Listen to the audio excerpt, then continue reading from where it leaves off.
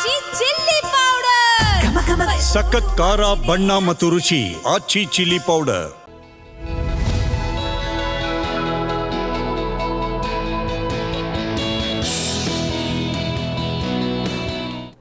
ನಮಸ್ಕಾರ. Big boss ಕಥೆ ನಮ್ಮ ಜೊತೆ ವಿಶೇಷ ಕಾರ್ಯಕ್ರಮಕ್ಕೆ ಸ್ವಾಗತ. ನಾನು ದಿವ್ಯೇಶ್ ಶ್ರೀದಾಸ್. ನೆನೆಯ ಬಿಗ್ ಬಾಸ್ ಎಪಿಸೋಡ್ ಅಂದರೆ ಒಂದು ಕೊನೆಯ ಕಿಚ್ಚನ ಪಂಚಾಯಿತಿ ಸಾಕಷ್ಟು full of elements, fun element ಅಂತಲೇ ಹೇಳ್ಬೋದು, ಜೊತೆಗೆ ಸಖತ್ ಇಮೋಷನಲ್ ಕೂಡ ಆಯಿತು. ಸೊ ನೆನೆಯ ಎಪಿಸೋಡ್ನ ಹೈಲೈಟ್ಸ್ ಏನು ಅನ್ನೋದ್ರ ಕುರಿತಂತೆ ಮಾತನಾಡ್ತಾ ಹೋಗೋಣ. ಇದೇ ಈ ಹೊತ್ತಿನ ವಿಶೇಷ ಬಿಗ್ ಬಾಸ್ ಕಥೆ ನಮ್ಮ ಜೊತೆ.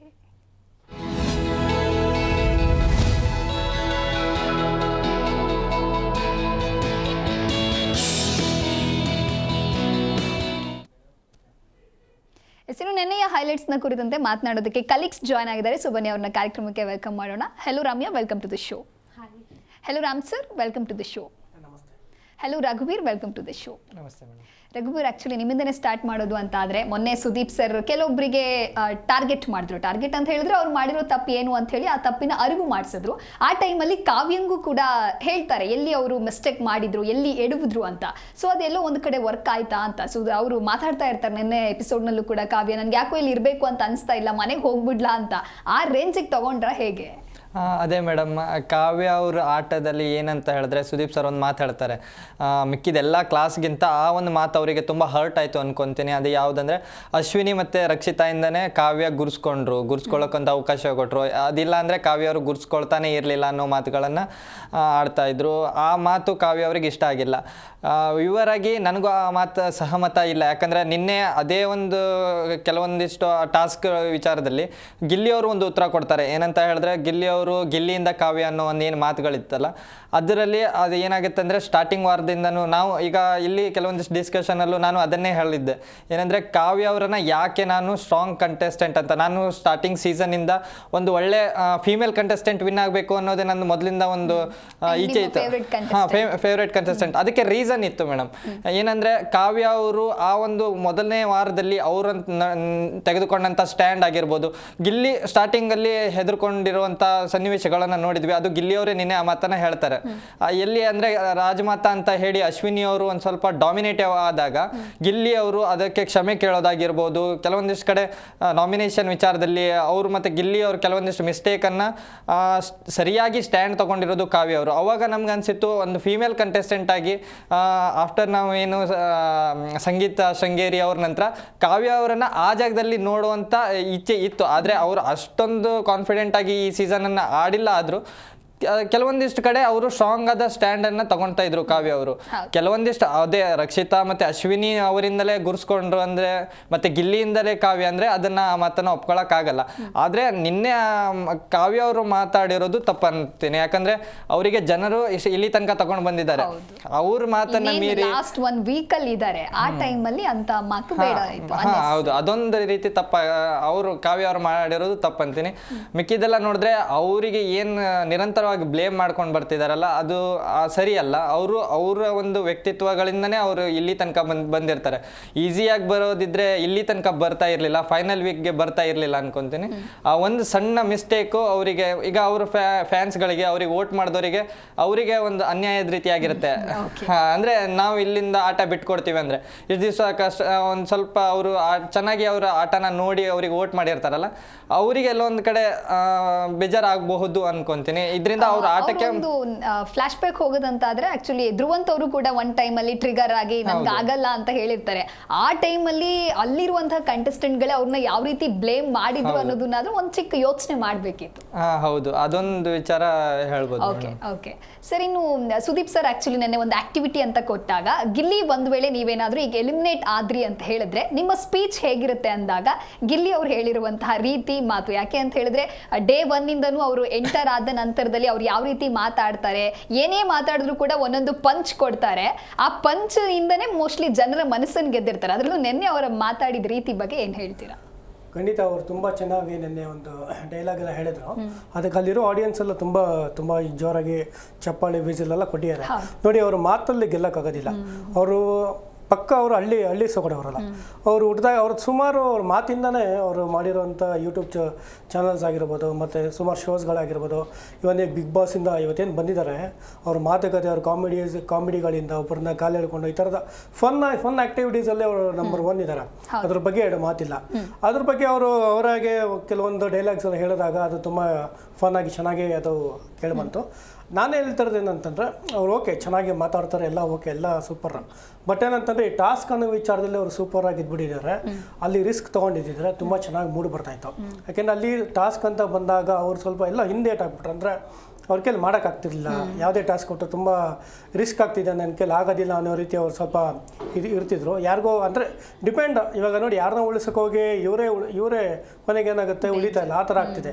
ಯಾರನ್ನಾರು ಉಳಿಸ್ಕೋಕೆ ಹೋಗ್ಬಾರ್ದಾಗಿತ್ತು. ಅಲ್ಲಿ ಎಲ್ಲರನ್ನೂ ಒಂದೇ ರೀತಿ ಎಲ್ಲರ ಹತ್ರ ಚೆನ್ನಾಗಿ ಇಟ್ಕೊಂಡು ನೋಡಿ, ಈಗ ಅವ್ರು ಮಾಡೋದ್ರಿಂದ ಇವಾಗ ಕಾವ್ಯವ್ರಿಗೂ ಎಲ್ಲೋ ಒಂದು ಕಡೆ ಡ್ಯಾಮೇಜ್ ಆಗ್ತಿದೆ ಅಂತ ಹೇಳ್ಬೋದು. ಇದರಲ್ಲಿ ಇವಾಗ ಕಾವ್ಯ ಅವ್ರು ಇವರಿದ್ದಾನೆ ಆಗ್ತಿದೆ. ಏನೇ ಮಾಡಿದ್ರು ಕೂಡ ಅಂದರೆ ಟಾಸ್ಕಲ್ಲಿ ಅಂದರೆ ಕಳೆದ 1-2 ಟಾಸ್ಕಲ್ಲಿ ಆಕ್ಟಿವ್ ಆಗಿ ಇಲ್ಲ ಅಂತ ಆದ್ರೂ ಕೂಡ ಜನರು ಮಾತ್ರ ಗಿಲ್ಲಿ ಅಂತ ಹೇಳೋದು ಬಿಡ್ತಾ ಇಲ್ವಲ್ಲ. ನಿಜ. ಯಾಕೆಂತಂದ್ರೆ ಅವ್ರು ಮಾಡೋ ಕಾಮಿಡಿ, ಅವ್ರ ಮಾತಿದೆಯಲ್ಲ, ಅವ್ರ ಮಾತಲ್ಲೇ ಜನನ ಗೆದ್ಬಿಡ್ತಾರೆ. ಅದನ್ನ ಯಾರು ಇದು ಅಲ್ಸಕ್ಕಾಗೋದಿಲ್ಲ. ಬಟ್ ನೋಡಿ, ಇವಾಗಲೂ ಕೂಡ ಗಿಲ್ಲಿನ ಗೆಲ್ಲಬೇಕು ಅನ್ನೋ ತುಂಬಾ ಫ್ಯಾನ್ಸ್ಗಳು, ತುಂಬಾ ಸೋಷಿಯಲ್ ಮೀಡಿಯಾದಲ್ಲಿ ಕೂಡ ಇಲ್ಲ ಗಿಲ್ಲಿನ ವಿನ್ನರ್, ಈ ಸತಿ ಗಿಲ್ಲಿನೇ ಆಗ್ಬೇಕು ಅನ್ನೋ ರೀತಿ. ಫಾಲೋವರ್ಸಿಗಂತೂ ಲಿಮಿಟೇ ಇಲ್ಲ. ತುಂಬಾ ಚೆನ್ನಾಗಿ. ಯಾಕೆಂದ್ರೆ ಅವ್ರ ಮಾತಲ್ಲಿ ಎಲ್ಲ ಜನರು ಗೆದ್ಬಿಡಿ, ಎಲ್ಲ ಮನ್ಸು ಜನರು ಗೆದ್ದಿದ್ದಾರೆ ಅವರು. ಅದ್ರ ಬಗ್ಗೆ ಎರಡು ಮಾತೇ ಇಲ್ಲ. ಬಟ್ ನಾವೇನು ಹೇಳ್ತಿರೋದು ಅಂದರೆ, ಹೌದು ನಮ್ಗೆ ಅವ್ರು ಕಂಡ್ರೆ ಅವ್ರ ಆಟ ಆಗಿರ್ಬೋದು, ಈ ಥರದ ಕಾಮಿಡಿಗಳಾಗಿ ನಾವು ನೋಡಿ ತುಂಬ ಸಖತ್ತಾಗಿ ಫನ್ನಾಗಿ ತುಂಬ ಚೆನ್ನಾಗಿ ನಾವು ತೊಗೊಂಡಿದ್ದೀವಿ, ಚೆನ್ನಾಗಿ ಆಟ ಆಡ್ತಿದ್ದಾರೆ ಅಂತ. ಬಟ್ ನಾವು ಹೇಳ್ತಿರೋದು ಅಂದರೆ ಕೆಲವು ಆ್ಯಕ್ಟಿವಿಟೀಸಲ್ಲಿ, ಕೆಲವು ಗೇಮ್ ಆ್ಯಕ್ಟಿವಿಟೀಸಲ್ಲಿ ಅವ್ರು ತುಂಬ ಚೆನ್ನಾಗಿ ಅಲ್ಲೂ ಸಖತ್ತಾಗಿ ಈಗ ಅಶ್ವಿನಿ ಅವ್ರು ಏನು ಬಂದಿದ್ದಾರೆ ಆ ರೀತಿ ಒಂದು ಸಖತ್ತಾಗಿ ಒಂದು ತುಂಬ ಶ್ರಮ ಪಟ್ಟು ಆ ಥರದ್ದು ಏನಾರು ಕಾಣಿಸ್ಕೊಂಡ್ಬಿಟ್ಟಿದ್ದಾರೆ. ಆ ಗಿಲ್ಲಿ ಅವ್ರು ಇನ್ನೂ ಬೇರೆ ಲೆವೆಲ್ಗೆ ಹೋಗಿರೋರು, ಇನ್ನೂ ಟಾಪಲ್ಲಿ ಇನ್ನೂ ಚೆನ್ನಾಗಿ ಇನ್ನೂ ಒಂದು ಮೂಡ್ ಬಂದಿರೋರು. ಜನಗಳು ಓಟ್ ಹಾಕೋ ಇದಕ್ಕೂ ಸೂಪರ್ ಅಪ್ಪ, ನೀನು ಎಲ್ಲದರಲ್ಲೂ ಒಂದು ಒಳ್ಳೆ ಪ್ಯಾಕೇಜ್ ಇದೆಯಾ, ನಮಗೆ A to Z ಇದೆಯಾ ಅನ್ನೋ ರೀತಿ ಅಲ್ಲೂ ಅವ್ರಿಗೆ ಫ್ಯಾನ್ಸ್ಗೆ ಒಂದು ಇದು ಸಿಕ್ಕಿರೋದು. ಬಟ್ ಇಲ್ಲಿ ಕಾಮಿಡಿನೇ ಜಾಸ್ತಿ ಅವ್ರಿಗೆ, ಅದರಿಂದನೇ ಅವ್ರು ಜನ ಸಂಪಾದನೆ ಮಾಡಿದ್ದಾರೆ. ಓಕೆ. ಇನ್ನು ನಿನ್ನೆ ಆ್ಯಕ್ಚುಲಿ ಸುದೀಪ್ ಸರ್ ಇನ್ನೊಂದು ಆ್ಯಕ್ಟಿವಿಟಿ ಕೊಡ್ತಾರೆ ಅಂತ ಹೇಳಿದ್ರೆ, ನೀವು ಡೇ 1 ಇಲ್ಲಿವರೆಗೂ ಏನು ನಿಮ್ಮ ಜರ್ನಿ ಇತ್ತು ಅದರಲ್ಲಿ ನೀವೇನಾದರೂ ಒಂದು ಮಿಸ್ಟೇಕ್ ಮಾಡಿದ್ರೆ ಅಥವಾ ಹಾಗೆ ಮಾಡಬಾರ್ದಿತ್ತು ಅಂತ ಹೇಳಿದ್ರೆ, ಅಥವಾ ಈಗ ಒಂದು ಟೈಮಲ್ಲಿ ಈ ಒಂದು ಕ್ಷಣನ ಯೂಸ್ ಮಾಡಿಕೊಂಡು ನೀವು ಸಾರಿ ಕೇಳಬಹುದು ಅಂತ ಹೇಳ್ತಾರೆ. ಸೊ ಅವಾಗ ಯಾರ ಬಗ್ಗೆ ಸಾರಿ ಕೇಳ್ತಾರೆ, ಅಥವಾ ನಾನು ಹಿಂಗೆ ಮಾಡಬಾರ್ದಿತ್ತು ಅಂತ ಹೇಳಿದ್ದು ನಿಮಗೆ ಇಷ್ಟ ಆಯಿತು? ರಾಶಿಕಾ ಅವರು ಅದು ಅಶ್ವಿನಿ ಅವ್ರ ಜೊತೆ ಲಾಸ್ಟ್ ವೀಕ್ ತುಂಬ ಫೈಟ್ ಮಾಡಿದ್ರಲ್ವಾ, ಏಕವಚನದಲ್ಲೇ ಮಾತಾಡಿದ್ರು. ಅದು ಲಾಸ್ಟ್ ವೀಕ್ ಒಂದು ಟಾಸ್ಕ್ ಕೊಟ್ಟಿದ್ರು ಅಶ್ವಿನಿ ಮ್ಯಾಮ್ಗೆ, ಅಂದರೆ ಸುದೀಪ್ ಸರ್. ಅದರಲ್ಲಿ ರಾಶಿಕಾ ರಘು ಜೊತೆ ಹೆಗ್ಲ ಮೇಲೆಲ್ಲ ಮಲ್ಕೊಳ್ತಾರೆ. ಏನು ಅವರಿಗೆ ಸೂರಜ್ ಆಯಿತು, ಸೂರಜ್ ಆದಮೇಲೆ ಇವಾಗ ರಘು ಬೇಕಾಯಿತು, ಒಂದು ಡಿಸಿಪ್ಲಿನ್ ಇಲ್ಲ, ಮೈ ಮೇಲೆಲ್ಲ ಒರ್ಕೊಂಡು ಮಾತಾಡ್ತಾರೆ ಅಂತ ಪರ್ಸ್ನಲಾಗಿ ಮಾತಾಡಿದರು. ಅದನ್ನೇ ಜಿದ್ದು ಇಟ್ಕೊಂಡು ನಾಮಿನೇಷನ್ ಮಾಡಬೇಕಾದ್ರೆ ನಾಮಿನೇಷನ್ ಮಾಡಿದಲ್ಲದೆ ಏಕವಚನದಲ್ಲಿ ಫೈಟಿಂಗ್ ಸಹ ಆಯಿತು. ಅದಕ್ಕೆ ನಿನ್ನೆ ಗಿಲ್ಟ್ ಫೀಲ್ ಆಗಿ ನಾನು ಈ ಥರ ಮಾತಾಡಬಾರ್ದಿತ್ತು. ನಾನು ಪ್ರತಿ ಸತಿ ಅಶ್ವಿನಿ ಮ್ಯಾಮ್ ಜೊತೆ ಜಗಳ ಸಹ ಆಡಿದ್ದೀನಿ, ಆದರೆ ಅವ್ರ ಜೊತೆ ಮತ್ತೆ ರೀಕನೆಕ್ಟ್ ಮಾಡಿ ಅವ್ರ ಬಾಂಡಿಂಗ್ ನನ್ನ ಮನೇಲಿ ಸೂರಜ್ ಆದಮೇಲೆ ಮನೇಲಿ ಏನೇ ಅನಿಸಿದ್ರು ಅಶ್ವಿನಿ ಮ್ಯಾಮ್ ಜೊತೆನೇ ಹೇಳೋದು. ಮೊನ್ನೆ ಮಾತಾಡಿ ನನಗೆ ಇಷ್ಟ ಆಗಲಿಲ್ಲ, ಸೊ ನಂಗೆ ಅದು ಗಿಲ್ಟ್ ಫೀಲ್ ಇದೆ ಅಂತ ಅಳ್ತ್ಕೊಂಡು ಗಿಫ್ಟ್ ಸಹ ಕೊಟ್ಬಿಟ್ಟು ಸಾರಿ ಸಹ ಕೇಳಿದ್ದಾರೆ. ಅದೊಂದು ಇಷ್ಟ ಆಯ್ತು. ಓಕೆ. ಇನ್ನು ರಘುವೀರ್, ನೀವು ಯಾರಿಗೆ ಹೇಳ್ತೀರಾ? ಗಿಫ್ಟ್ ಬಗ್ಗೆ ಆಮೇಲೆ ಮಾತಾಡ್ತಾ ಹೋಗೋಣ. ಅಂದರೆ ಆ ಒಂದು ಸಿಚುವೇಶನ್ನ ಕ್ರಿಯೇಟ್ ಮಾಡಿ ಅದು ಹಾಗೆ ಮಾಡಬಾರ್ದಿತ್ತು ಅಂತ ಅಂದಾಗ ನೀವು ಯಾರನ್ನ ಚೂಸ್ ಮಾಡ್ತೀರಾ? ಯಾರು ಹೇಳಿದ್ದು ಫೈನ್ ಅಂತ ಅನ್ನಿಸ್ತು ನಿಮಗೆ? ನನಗೆ ಮೇಡಮ್ ಅಶ್ವಿನಿ ಅವ್ರು ಹೇಳಿರೋದು ಅನಿಸ್ತು. ಯಾಕಂದರೆ ನಾವು ಸೀಸನ್ ಸ್ಟಾರ್ಟಿಂಗಿನಲ್ಲೂ ಅದೇ ಅಂದ್ಕೊಂಡಿದ್ವಿ. ಕೆಲವೊಂದಿಷ್ಟು ಕಡೆ ತಪ್ಪಾಗಿತ್ತಲ್ಲ ಮೇಡಮ್.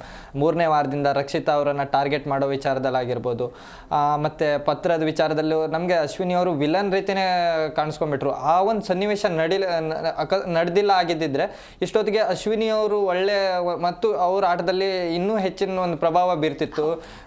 ಅವರಿಗೆ ಈಗ ಫೈನಲಿ ಬಂದಿದ್ದಾರೆ, ಆದರೆ ಮತ್ತು ಅವ್ರಿಗೆ ಒಳ್ಳೆ ಫ್ಯಾನ್ಸ್ಗಳನ್ನ ಅರ್ನ್ ಮಾಡ್ಕೊಬೋದಿತ್ತು ಅಂತ ಅದೇ ಮೇಡಮ್. ಅದೇ ಏನಾದ್ರೆ ರಕ್ಷಿತಾ ಅವರನ್ನ ಟಾರ್ಗೆಟ್ ಮಾಡಿಲ್ಲ ಆಗಿದ್ದಿದ್ರೆ, ಅವರು ತೀರಾ ಪರ್ಸನಲ್ ಆಗಿ ಹೋಗಿಲ್ಲ ಆಗಿದ್ದಿದ್ರೆ, ಆ ಒಂದು ಸನ್ನಿವೇಶನ ಅವರು ಡಿಲೀಟ್ ಮಾಡ್ತೇನೆ ಅಂತ ಹೇಳಿದ್ರೆ, ಟೈಮ್ ಟ್ರಾವೆಲ್ ಮಾಡಿ ಆ ಡಿಲೀಟ್ ಮಾಡಿದ್ದಿದ್ರೆ ಅವರಿಗೆ ಮತ್ತು ಅವರ ಆಟದಲ್ಲಿ ಚೆನ್ನಾಗಿರೋ ಒಂದು ಆಟನ ಬರ್ತಾ ಇತ್ತು. ಮತ್ತೆ ಅವರಿಗೆ ಒಂದು ಏನು ಜನರಿಗೆ ಬ್ಯಾಡ್ ಒಪಿನಿಯನ್ ಇರ್ತಾನೆ ಇರಲಿಲ್ಲ. ಆ ಘಟನೆ ನಡಿಲೇ ಇಲ್ಲ ಆಗಿದ್ರೆ, ಅಕಸ್ಮಾತ್ ಆ 3ನೇ ವಾರದಲ್ಲಿ ಏನು ತಪ್ಪುಗಳು ನಡೆದಿದ್ವಲ್ಲ, ಆದ್ರಿಂದ ಹೊರಗೆ ಬಂದು ಪತ್ರದ ವಿಚಾರ ಇತ್ತಲ್ಲ, ಅದ್ರಿಂದ ರಕ್ಷಿತಾ ಅವರಿಗೆ ಏನು ಮನೆಯಿಂದ ಪತ್ರ ಬಂದಿರೋದನ್ನ ಅವ್ರಿಗೆ ತಲುಪಿಸಿದ್ರೆ, ಆ ಒಂದು ಸನ್ನಿವೇಶದಲ್ಲೂ ಅಶ್ವಿನಿ ಅವರು ಒಳ್ಳೆ ಒಳ್ಳೆತನನ ಗುರ್ಸ್ಕೊಳ್ಬೋದಿತ್ತು. ಅಲ್ಲೂ ಅವರು ಆ ಒಂದು ಸನ್ನಿವೇಶನ ಸರಿಯಾಗಿ ಉಪಯೋಗಿಸ್ಕೊಳ್ಳದೆ ಅವರು ಪರ್ಸ್ನಲ್ ಆಗಿ ಹೋಗಿ ರಕ್ಷಿತಾ ಟಾರ್ಗೆಟ್ ಮಾಡಿರೋದು ಅವರಿಗೆ ಇನ್ನಷ್ಟು ನೆಗೆಟಿವ್ ಅನ್ನ ತಂದ್ಕೊಟ್ಟಿತ್ತು. ಆ ಒಂದು ವಾರನೇ ಅವರು ಚೂಸ್ ಮಾಡಿರೋದು ತುಂಬಾ ಒಳ್ಳೆ ವಿಚಾರನೇ ಅನ್ಕೊಂತೀನಿ. ಯಾಕಂದ್ರೆ ತಪ್ಪು ಮಾಡಿದ ಮೇಲೆ ಅದನ್ನ ಕ್ಷಮೆನ ಕೇಳ್ಕೊಂಡ ತಕ್ಷಣ ಅವರು ಅಲ್ಲಿ ಒಳ್ಳೆತನನ ಒಂದು ಸ್ವಲ್ಪ ತೋರಿಸ್ಕೊಟ್ರು. ಅಂದ್ರೆ ಅವರು ಅಲ್ಲಿ ಈಗ ಬಿಗ್ ಬಾಸ್ ಮನೆಯಲ್ಲಿ ಹೇಳಿದ್ಮೇಲೆ ಅಲ್ಲಿ ಪರ್ಸ್ನಲ್ ಆಗಿ ಟಾರ್ಗೆಟ್ ಮಾಡೋದೆಲ್ಲ ಕಾಮನ್ ಆಗಿರುತ್ತೆ. ಅದರಲ್ಲೂ ಕೂಡ ಅದನ್ನ ತಾನು ಮಾಡಿರೋದು ತಪ್ಪಂತ ಒಪ್ಕೊಂಡಿದ್ದ ಮೇಲೆ ಒಂದು ಒಳ್ಳೆ ಒಪಿನಿಯನ್ ಅನ್ನ ಜನಗಳಿಗೆ ಕೊಟ್ಟಿದ್ದಾರೆ ಅಂತ ನನ್ಗೆ ಅನ್ಸುತ್ತೆ. ಓಕೆ ರಾಮ್ ಸರ್, ಇನ್ನು ಗಿಲ್ಲಿ ಕಾವ್ಯ ಅಂತ ಬಂದಾಗ ಆಕ್ಚುಲಿ ಗಿಲ್ಲಿ ನೇಮ್ ಬಂದಾಗ ಅವರು ಯಾರನ್ನ ಹಂಗಂದ್ರೆ ಯಾರಿಗೆ ಸಾರಿ ಕೇಳಕ್ ಇಷ್ಟಪಡ್ತಾರೆ ಅಂತ ಎಲ್ಲರೂ ಕೂಡ ಎಕ್ಸೈಟ್ ಆಗಿದ್ರು, ಯಾರಿಗೆ ಕೇಳಬಹುದು ಅಂತ. ಇಫ್ ಕಾವ್ಯಂಗೆ ಕೇಳೋದಾದ್ರೂ ರೀಸನ್ ಏನ್ ಕೊಡಬಹುದು ಅಂತ, ಬಟ್ ಅವ್ರು ಕೊಟ್ಟಿದ್ದಂತಹ ರೀಸನ್ ಬಗ್ಗೆ ಏನ್ ಹೇಳ್ತೀರಾ? ಅಂದ್ರೆ ಕಾವ್ಯ ಅವರು ರೀಸನ್ ಗಿಲ್ಲಿ ಕಾವ್ಯಗೆ ಸಾರಿ ಕೇಳ್ತಾರಲ್ಲ ಆ ಗಿಲ್ಲಿ ಅವರು ಕಾವ್ಯಗೆ ಸಾರಿ ಕೇಳಿರೋದು. ಅವ್ರು ಏನಂತಂದ್ರೆ ಅವ್ರು ಮೇಕಪ್ ಏನೋ ಮಾಡ್ಕೊಳ್ತಿರ್ತಾರೆ, ಆ ಮೂಮೆಂಟ್ ಅಲ್ಲಿ ಅವರು ಮಾತಾಡೋದು ಬಿಟ್ಬಿಟ್ಟಿರ್ತಾರೆ. ಏನಕ್ಕೆ ಬಿಟ್ಟಿರ್ತಾರೆ ಅಂತಂದ್ರೆ ನಾನು ಗಿಲ್ಲಿಯಿಂದ ಕಾವ್ಯ ಅನ್ನೋದು ಆ ಟಾಕ್ಸ್ ತುಂಬಾ ಕಡೆ ಬಂದ್ಬಿಟ್ಟಿದೆ.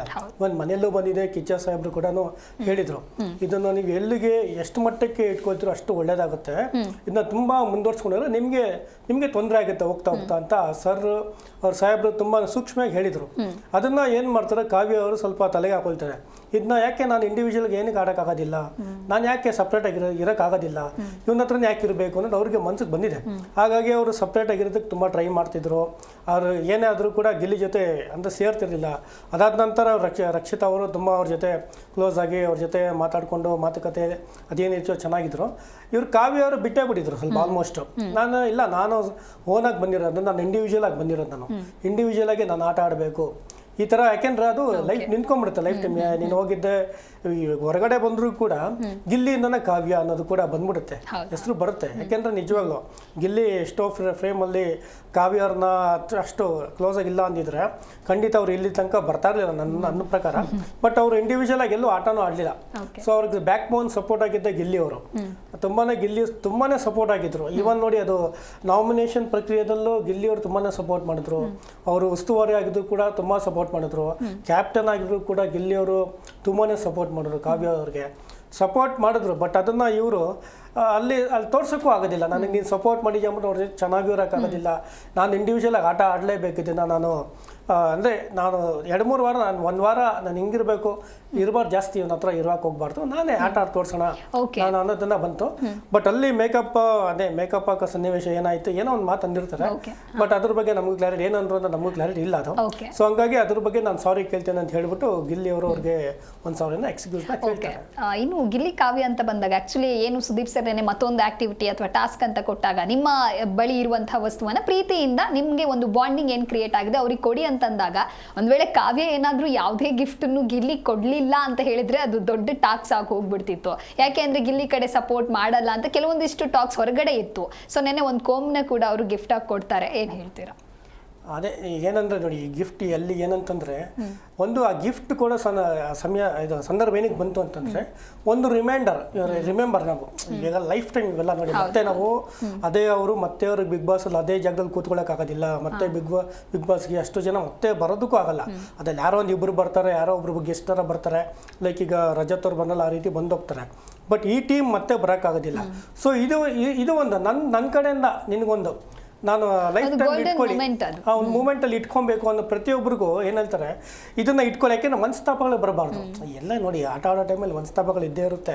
ಅವ್ರಿಗವ್ರು ಕಿತ್ತಾಡ್ತಾರೆ, ಆಟ ಆಡೋ ಟೈಮಲ್ಲಿ ಅವ್ರಿಗೇನೋ ಮಾತಾಡ್ತಾರೆ, ಇವ್ರದ್ದು ರಿಯಾಕ್ಟ್ ಆಗ್ತಾರೆ. ಇದನ್ನ ಕ್ಯಾರಿ ಮಾಡ್ಕೊಂಡು ಹೋಗ್ಬಾರ್ದು ಅನ್ನೋ ಉದ್ದೇಶಕ್ಕೆ ಇದೊಂದು ಸಬ್ಜೆಕ್ಟ್ ಇಟ್ಕೊಂಡಿರ್ತಾರೆ.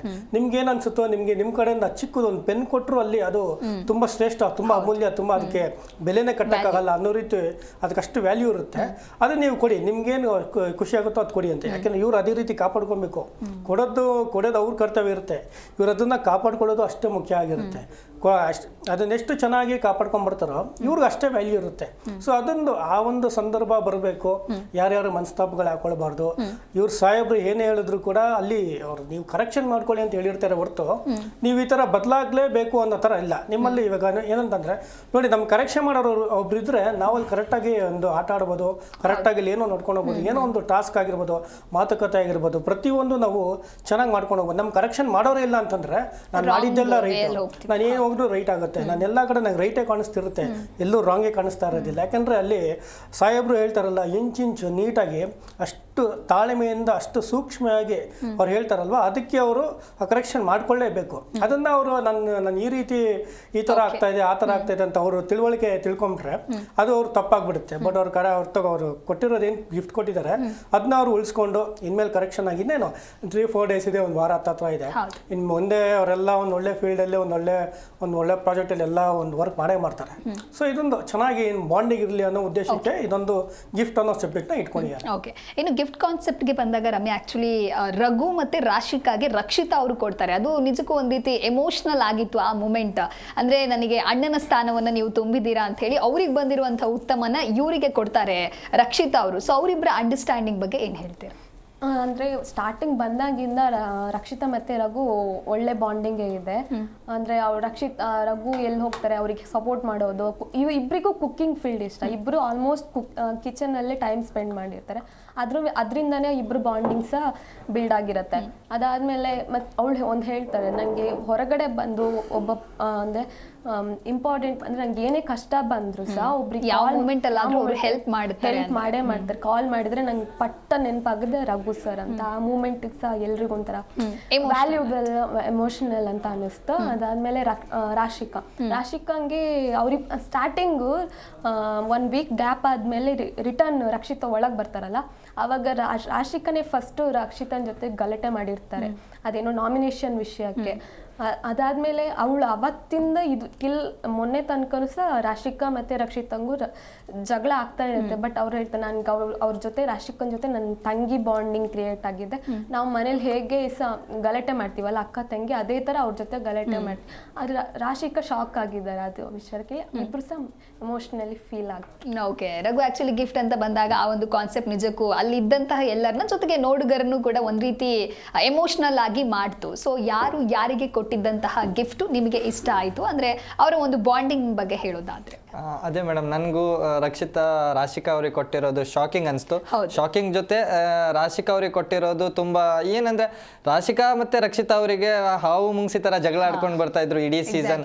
ಆ ಒಂದು ಇಡೀ ಸೀಸನ್ ಅವರು ರಾಶಿಕಾ ಅವ್ರು ಕೊಟ್ಟಿರೋದು ಶಾಕಿಂಗ್ ಅನಿಸ್ತು ಕೂಡ. ಒಂದು ರೀತಿಯಲ್ಲಿ ರಕ್ಷಿತಾನ ನಾವು ಯಾವ ರೀತಿ ನೋಡ್ತೀವಿ ಅಂದರೆ, ಅವರು ಫೇವರಿಸಮ್ ಮಾಡ್ತಾರೆ. ಕೆಲವೊಂದಿಷ್ಟು ಗುಂಪು ಕಟ್ಕೊಂಡಿದ್ದಾರೆ, ಅವರನ್ನ ಓಲೈಕೆ ಮಾಡ್ತಾರೆ, ಮಾಳು ಅಣ್ಣ ಅಂತ ಹೇಳಿ, ರಘು ಅಣ್ಣ ಅಂತ ಹೇಳಿ. ಆ ಒಂದು ಕಂಫರ್ಟ್ ಝೋನಿಂದ ಹೊರಬಂದು ಅವರ ಒಂದು ಆ್ಯಕ್ಚುಲಿ ಏನು ಅವ್ರ ಒಪಿನಿಯನ್ ಇತ್ತಲ್ಲ, ಇವಾಗ ಧ್ರುವಂತ್ ಅವರಿಗಾದ್ರು ಅವ್ರ ಹಿಂದ್ಗಡೆಯಿಂದ ಅವ್ರು ಒಳ್ಳೇದನ್ನೇ ಬಯಸ್ತಾರೆ. ಧ್ರುವಂತ್ ಅವ್ರ ಜೊತೆ ಎಷ್ಟೇ ಕೆಟ್ಟದಾಗಿದ್ರು ಧ್ರುವಂತ್ ಅವರು ಹೋದ್ರೆ ನಾನು ಫೀಲ್ ಮಾಡ್ಕೊತೀನಿ ಅನ್ನೋ ಮಾತುಗಳನ್ನ, ಇವೆಲ್ಲ ಒಂದು ಒಳ್ಳೆ ಗುಣ ರಕ್ಷಿತಾ ಅವರಲ್ಲಿ ಇದೆ. ಆದ್ರೆ ಅವರು ಮುಂದೆ ಎಕ್ಸ್ಪ್ರೆಸ್ ಮಾಡ್ಕೊಳ್ತಾ ಇರ್ಲಿಲ್ಲ. ಆದ್ರೆ ರಾಶಿಕಾ ಅವ್ರ ವಿಚಾರ ಬಂದಾಗ ಗಿಫ್ಟ್ ಕೊಟ್ಟು ಅದನ್ನ ಕೊಟ್ಟಿರೋದು ತುಂಬಾ ಖುಷಿ ಅನಿಸ್ತು ನೋಡೋರಿಗೂ. ರಕ್ಷಿತಾ ಮತ್ತೆ ರಿಂಗ್ ಕೊಡ್ತಾರೆ. ಹೌದು, ಅದೊಂದು ಅಂದ್ರೆ ಲಾಸ್ಟ್ ಟೈಮ್ ಅವ್ರು ಹೋಗ್ಬೇಕಾದ್ರೆ ಒಂದೇನೋ ಒಂದು ಕೊಟ್ಟಿರ್ತಾರೆ, ಇದು ಜನಗಳಿಗೆ ಗೊತ್ತಿರಲ್ಲ ಏನ್ ಕೊಟ್ಟಿದ್ರು ಅಂತ. ನಿನ್ನೆ ರಿವೀಲ್ ಆಯ್ತು. ನಮಗೂ ಕುತೂಹಲ ಇತ್ತು ರಘು ಅವರು ಏನ್ ಕೊಟ್ರು ಅಂತ ರಕ್ಷಿತಾ ಅವರಿಗೆ. ಆದ್ರೆ ನಿನ್ನೆ ರಿವೀಲ್ ಆಯ್ತು, ಒಂದು ಉಂಗುರ ಕೊಟ್ಟಿದ್ರು. ಅದನ್ನ ಅವರು ಸುಮಾರು ವರ್ಷಗಳಿಂದ ಕ್ಯಾರಿ ಮಾಡ್ಕೊಂಡು ಬಂದಿರ್ತಾರೆ. ಅದನ್ನ ರಕ್ಷಿತಾ ಅವರಿಗೆ ಒಂದು ಅರ್ಥ ಮಾಡ್ಕೊಳ್ಬೇಕು ಅವರ ಒಂದು ಬಾಂಡಿಂಗ್ ಅಂತ. ಹೌದು, ಆ ಒಂದು ವಿಚಾರ ಆಗಿರ್ಬೋದು. ಮತ್ತೆ ರಕ್ಷಿತಾ ಮತ್ತೆ ರಾಶಿಕಾ ಅವ್ರದ್ದು ಕೊನೆಯ ಮೂಮೆಂಟ್ ಅಲ್ಲಿ ಅವ್ರ ಜೋಡಿನ ಜನ ಇಷ್ಟಪಟ್ರು ಅನ್ಕೊಂತೇನೆ. ಚೆನ್ನಾಗಿತ್ತು. ಎಲಿಮಿನೇಷನ್ ಅಂತ ಬಂದಾಗ ಆಕ್ಚುಲಿ ರಾಶಿಕಾ ಎಲಿಮಿನೇಟ್ ಆಗ್ತಾರೆ. ಬಟ್ ಇದ್ದಷ್ಟು ದಿನ ಮಾತ್ರ ಫಿಸಿಕಲ್ ಟಾಸ್ಕ್ ಅಂತ ಬಂದಾಗ ಅವರು ಆಡಿದ ರೀತಿ ಆಗಿರ್ಬಹುದು, ಅವರು ತೆಗೆದುಕೊಂಡಿರುವಂತಹ ಸ್ಟ್ಯಾಂಡ್ ಆಗಿರ್ಬೋದು, ಅದು ನೆಕ್ಸ್ಟ್ ಲೆವೆಲ್ ಆಗಿತ್ತು. ಸೊ ಆಕ್ಚುಲಿ ಓಕೆ ಅನ್ನಿಸ್ತಾ, ವ್ಯಾಲಿಡ್ ಅಂತ ಅನ್ನಿಸ್ತಾ, ಅಥವಾ ಇನ್ನೂ ಕೆಲವೊಂದಿಷ್ಟು ದಿನ ಇರಬೇಕಿತ್ತು, ಇನ್ನೇನು ಒಂದು ಗೋಲ್ಡನ್ ವೀಕ್ ಅಷ್ಟೇ ಇದ್ದಿದ್ದು, ಏನು ಹೇಳ್ತೀರಾ? ಇಲ್ಲ ಮೇಡಮ್, ರಾಶಿಕಾ ಅವರಿಗೆ ನನಗೆ ಅವರ ಸೀಸನ್ನಿಂದ ಅವ್ರ ಆಟ ಅಷ್ಟು ಮಟ್ಟಿಗೆ ಇಷ್ಟ ಆಗಿಲ್ಲ ಅಂದರು. ಅವರು ಒಳ್ಳೆ ಸ್ಟ್ರಾಂಗ್ ಕಂಟೆಸ್ಟೆಂಟ್ ಆಗಿದ್ದರು. ಫೈನಲ್ಗೆ ಅವರು ಇರಬೇಕಾಗಿತ್ತು ಅಂದ್ಕೊತೀನಿ. ಯಾಕಂದರೆ ಅವರು ಟಾಸ್ಕ್ ಅಂತ ವಿಚಾರ ಬಂದಾಗ ತುಂಬ ಸ್ಟ್ರಾಂಗ್ ಆಗಿ ಟಾಸ್ಕನ್ನು ಆಡಿದರು. ಮತ್ತು ಎಲ್ಲಿ ಸ್ಟ್ಯಾಂಡ್ಗಳನ್ನು ತಗೊಳ್ಬೇಕು ಅವರನ್ನು ಯಾವತ್ತಿಗೂ ಬಿಟ್ಕೊಟ್ಟಿರಲಿಲ್ಲ. ಬಿಗ್ ಬಾಸ್ ಮನೆಯಲ್ಲಿ ಆ ಒಂದು ಕ್ವಾಲಿಟಿ ಇರಲೇಬೇಕಾಗಿರುತ್ತೆ. ನಮ್ಮನ್ನು ತಾವು ಯಾವುದೇ ಹಂತದಲ್ಲೂ ಬಿಟ್ಕೊಡ್ಬಾರ್ದು. ತಮ್ಮ ಒಂದು ಏನು ಒಪಿನಿಯನ್ ಒಪಿನಿಯನ್ ಇರುತ್ತಲ್ಲ ಅದನ್ನು ಜನಗಳಿಗೆ ಕೊಡಬೇಕು ಅನ್ನೋದು ಅದೇ ಬಿಗ್ ಬಾಸ್ನ ಮೇನ್ ಪರ್ಪಸ್ ಆಗಿರುತ್ತೆ. ಆದರೆ ಆ ಒಂದು ವಿಚಾರದಲ್ಲಿ ರಾಶಿಕಾ ಅವರು ಯಾವುದೇ ವಿಚಾರದಲ್ಲೂ ಹಿಂದೆ ಬಿದ್ದಿಲ್ಲ. ಆದರೆ ಅವರು ಒಂದೇ ಒಂದು ವಿಚಾರದಲ್ಲಿ ಹಿಂದೆ ಬಿದ್ದರು ಅಂದರೆ ಜನಗಳನ್ನು ತಮ್ಮತ್ತ ಸೆಳ್ಕೊಳ್ಳೋದು. ಆ ಒಂದು ವಿಚಾರದಲ್ಲಿ ಅಷ್ಟೇ ಅವ್ರು ಹಿಂದೆ ಉಳಿದ್ರು. ಇನ್ನು ಮಿಕ್ಕಿದ ಬಿಗ್ ಬಾಸ್ ಮನೆನ ಕಂಪ್ಲೀಟ್ ಒಂದು ಏನು ಕಂಟೆಸ್ಟೆಂಟ್ಗಳಿಗೆ ಏನು ಕೊಡಬೇಕಿತ್ತಲ್ಲ ಎಲ್ಲ ಎಫರ್ಟನ್ನು ಅವ್ರು ಹಾಕಿದ್ದಾರೆ. ಪ್ರತಿಯೊಂದು ಟಾಸ್ಕಲ್ಲೂ 100% ಹಾಕಿ ಗೆಲ್ಸಿದ್ದಾರೆ. ಕೆಲವೊಂದಿಷ್ಟು ಕಡೆ ಅವರನ್ನ ಲಕ್ ಕೈ ಕೊಟ್ಟರು, ಅದರ ಲಕ್ಕನ್ನ ಮೀರಿನು ಮತ್ತೆ ಫೀಮೇಲ್ ಕಂಟೆಸ್ಟೆಂಟ್ ಫಸ್ಟ್ ಕ್ಯಾಪ್ಟನ್ ಸಹ ಆಗಿರ್ತಾರೆ. ರಾಶಿಕಾ ಅವರು ಓವರ್ ಆಲ್ ದಿಸ್ ಸೀಸನ್ ಚೆನ್ನಾಗಿ ಆಟ ಆಡಿದ್ದಾರೆ. ಅವರು ಯಾವುದೇ ಅವರು ಫಿನಾಲಲ್ಲಿ ಇರಬೇಕಿತ್ತು ಅನ್ಕೊಂತೀನಿ. ಒಂದು ಟಾಪ್ 6 ಅಲ್ಲಿ ಅವ್ರು ಇದ್ದಿದ್ರೆ ಚೆನ್ನಾಗಿರ್ತಿತ್ತು. ಯಾಕಂದ್ರೆ ಇಷ್ಟು ವಾರ ಅವರು ಒಂದು ಟಾಸ್ಕ್ ಆಡಿ ಬಂದಿರೋದು ಮಿಸ್ ಆಗಿತ್ತು. ಈ ಒಂದು ಹಂತದಲ್ಲೂ ಅವರು ಚೆನ್ನಾಗಿರೋ ಒಂದು ಆಟನೇ ಕೊಟ್ಟಿದ್ರು. ಲಾಸ್ಟ್ ವೀಕಲ್ಲೂ ಅವರು ಚೆನ್ನಾಗಿರೋ ಒಪಿನಿಯನ್ ಅನ್ನೇ ಕೊಟ್ಟು ಸ್ಟ್ರಾಂಗ್ ಆಗಿರೋ ಸ್ಟ್ಯಾಂಡ್ ಅನ್ನು ತಗೊಳ್ತಾ ಇದ್ರು. ಚೆನ್ನಾಗಿತ್ತು ಮೇಡಮ್ ಅವ್ರದ್ದು. ಅವರು ಈ ವೀಕ್ ಹೋಗಿರೋದು ಎಲ್ಲೋ ಒಂದು ಕಡೆ ಅನ್ಫೇರ್ ರೀತಿ ಅನಿಸ್ತು ಆ ಒಂದು ಕಂಟೆಸ್ಟೆಂಟ್ಗೆ. ಸ್ಟ್ರಾಂಗ್ ಇರೋ ಕಂಟೆಸ್ಟೆಂಟ್ ಹೋದ್ರೆ ಒಂದು ಸ್ವಲ್ಪ ಅನ್ಫೇರ್ ರೀತಿ ಅನಿಸ್ತು. ಓಕೆ ರಾಮ್ ಸರ್, ಇನ್ನು ಆ್ಯಕ್ಚುಲಿ ಇನ್ನೊಂದು 1 ವೀಕ್ ಅಂತಾನು ಹೇಳೋದಕ್ಕಾಗೋದಿಲ್ಲ. ಸೊ ಅದು ಆ್ಯಕ್ಚುಲಿ ಅವರಿಗೆ ಒಂದು ಗೋಲ್ಡನ್ ಆರ್ ಅಂತಾನೆ ಹೇಳ್ಬೋದು. ಸೊ ಒಂದು ಸೆಲೆಬ್ರೇಷನ್ ಮೂಡ್ನಲ್ಲಿ ಇರ್ತಾರೆ, ಅಷ್ಟೇ ಜೊತೆಗೆ ಒಂದು ಭಯ ಕೂಡ ಇರುತ್ತೆ ಯಾವಾಗ ಯಾರು ಎಲಿಮಿನೇಟ್ ಆಗಬಹುದು ಅಂತ ಹೇಳಿ. ಸೊ ಒಂದು ಟಾಪ್ 3 ಅಲ್ಲಿ ನೋಡಬೇಕು ಅಂತ ಹೇಳಿದ್ರೆ ಯಾರು ನೀವು ಚೂಸ್ ಮಾಡ್ತೀರಾ? ಟಾಪ್ 3 ಅಂತಂದರೆ ಈಗ ನಾವೇನು ತಂತ್ರ ಈಗ ಕಾವ್ಯ ಅವರು ಇರ್ಬೋದು. ಈಗ ನೋಡಿ ಏನಂತಂದ್ರೆ ಓಟ್ ಯಾವ ರೀತಿ ಬೀಳುತ್ತೆ ಅಂತ ಹೇಳೋಕ್ಕಾಗೋದಿಲ್ಲ. ನಾವೇನೋ ಅನ್ಕೊಂತೀವಿ, ಅಲ್ಲೇನೋ ಆಗ್ತಿದೆ. ಸೊ ಈಗ ಟಾಪ್ 3 ಕಾವ್ಯನೇ ಇರ್ಬೋದು, ಟಾಪ್ 2 ಅಲ್ಲಿ ಅಶ್ವಿನಿ ಅವರು ಬಂದರೂ ಬರ್ಬೋದು, ಟಾಪ್ 1 ಅಲ್ಲಿ ಗಿಲ್ಲಿ ಬಂದರೂ ಬರ್ಬೋದು, ಅಥವಾ ಅಶ್ವಿನಿ ಅವರು ಟಾಪ್ 1 ಬರ್ಬೋದು, ಆ ಟಾಪ್ 2ಗೆ ಗಿಲ್ಲಿನೂ ಬಂದರೂ ಬರ್ಬೋದು.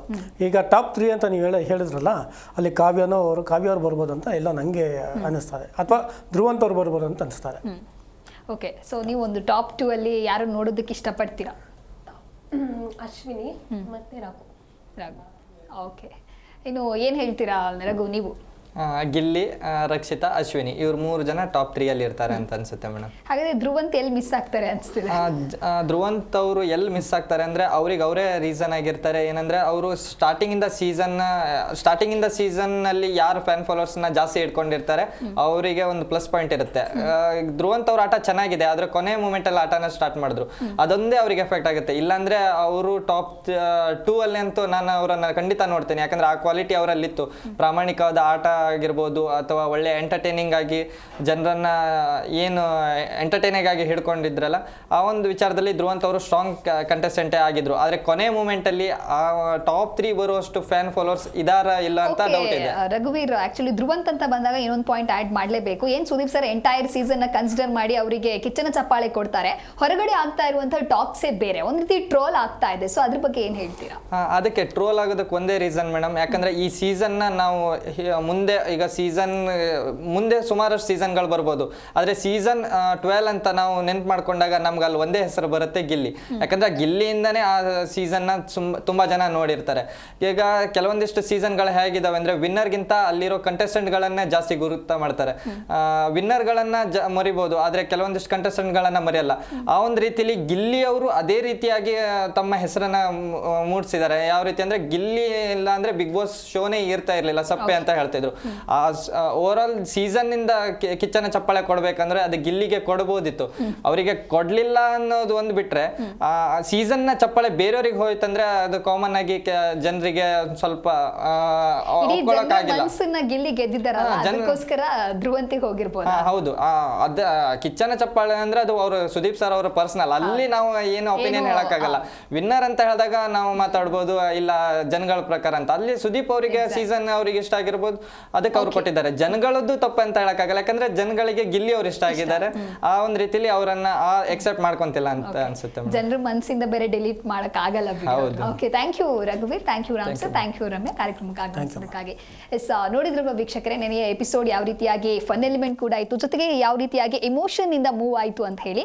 ಇನ್ನು ಇರುವಂತದ್ದು ಕೇವಲ ಕೆಲವೇ ದಿನ. ಸೊ ಆ ಒಂದು ಸೆಲೆಬ್ರೇಷನ್ ಮೋಡ್ ಜೊತೆಗೆ ಎಲಿಮಿನೇಷನ್ ಅನ್ನುವಂತ ಭಯ ಕೂಡ ಇರುತ್ತೆ. ಸೊ ಯಾರು ವಿನ್ ಆಗ್ತಾರೆ ಅಂತ ಹೇಳಿ ಕಾದು ನೋಡೋಣ. ಇದಾಗಿತ್ತು ಈ ಹೊತ್ತಿನ ವಿಶೇಷ. ನೋಡ್ತಾ ಇರಿ ಜೀ ಕನ್ನಡ ನ್ಯೂಸ್, ಸತ್ಯವೇ ಸುದ್ದಿಯ ಜೀವಾಳ.